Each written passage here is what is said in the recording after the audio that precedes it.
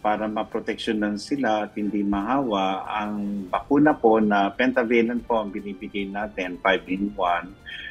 Nag-uumpisa yan at 6 weeks or 2 months, at every 2 months hanggang makompleto niya yung 3 doses na tinatawag natin primary doses. Aha. Ang mga sintomas niyan, tospirina, inuubo, at Tosferina. nalulunod sa sipon yung mga baby. Mm. At dahil hindi nila mailabas yung sipon niyan, kahit sila kaya hindi naman nila kayang bumahin, nauuwi yan sa bronchopneumonia Aha. na siyang nagiging pangunahing dahilan ng may namamatay.